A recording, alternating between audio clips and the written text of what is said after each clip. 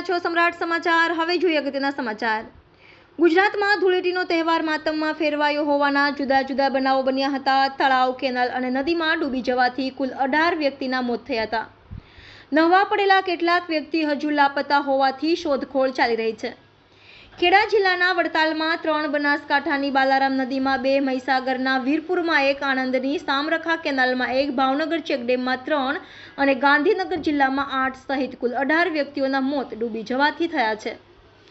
ગાંધીનગરના ભાટ અને કલોલ તાલુકામાંથી પસાર થતી નર્મદા કેનાલ તેમજ માણસા કેનાલમાં અંબોડ નજીક સાબરમતી નદીમાં સ્નાન કરવા પડેલી 13 વ્યક્તિ ડૂબી ગઈ હતી। ભાટ કેનાલમાંથી 2 યુવાન, અંબોડ નદીમાંથી 2 યુવાન તેમજ કલોલ કેનાલમાંથી 4 મળી કુલ 8 વ્યક્તિની લાશ ફાયર બ્રિગેડે બહાર કાઢી છે।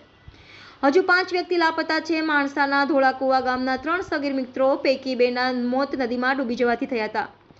અન્ય બનાવમાં અમદાવાદથી 7 મિત્રોનું ગ્રુપ ધૂળેટી નિમિત્તે ગાંધીનગરની સહેલગાહે આવ્યું હતું। તેઓ બપોરે ભાટ ટોલનાકા નજીક સાબરમતીમાં નહાવા પડ્યા હતા, જે પૈકી હર્ષદ ચૌધરી મૂળ રહે નારોલી ગામ, થરાદ, ઊંડા પાણીમાં ગરકાવ થયો હતો।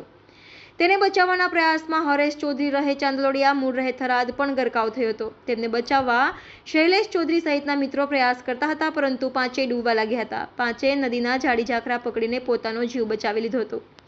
બાદમાં 2 યુવકની લાશ મળી હતી। આ ઉપરાંત અમદાવાદના 3 પુરુષ અને 2 મહિલા સહિત 5 જણા કલોલ નજીકથી પસાર થતી કેનાલમાં નહાવા પડ્યા હતા।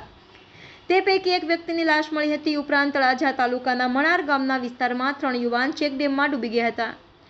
આણંદ તાલુકાના સામરખા ગામે રાવળાપુરા નહેરમાં યુવક ડૂબી ગયો હતો। વડતાલની ગોમતી નદીમાં વિદ્યાનગર હોસ્ટેલમાં 5 પૈકી 3 વિદ્યાર્થી ડૂબી ગયા હતા। ત્રણેયના મૃતદેહ પીએમ માટે કરમસદ મોકલી અપાયા હતા। વીરપુરના રણજીતપુરા કંપામાં સુરેશભાઈનો 14 વર્ષીય પુત્ર નીતિન તળાવમાં ડૂબ્યો હતો। સમ્રાટ સમાચાર, તળાજા।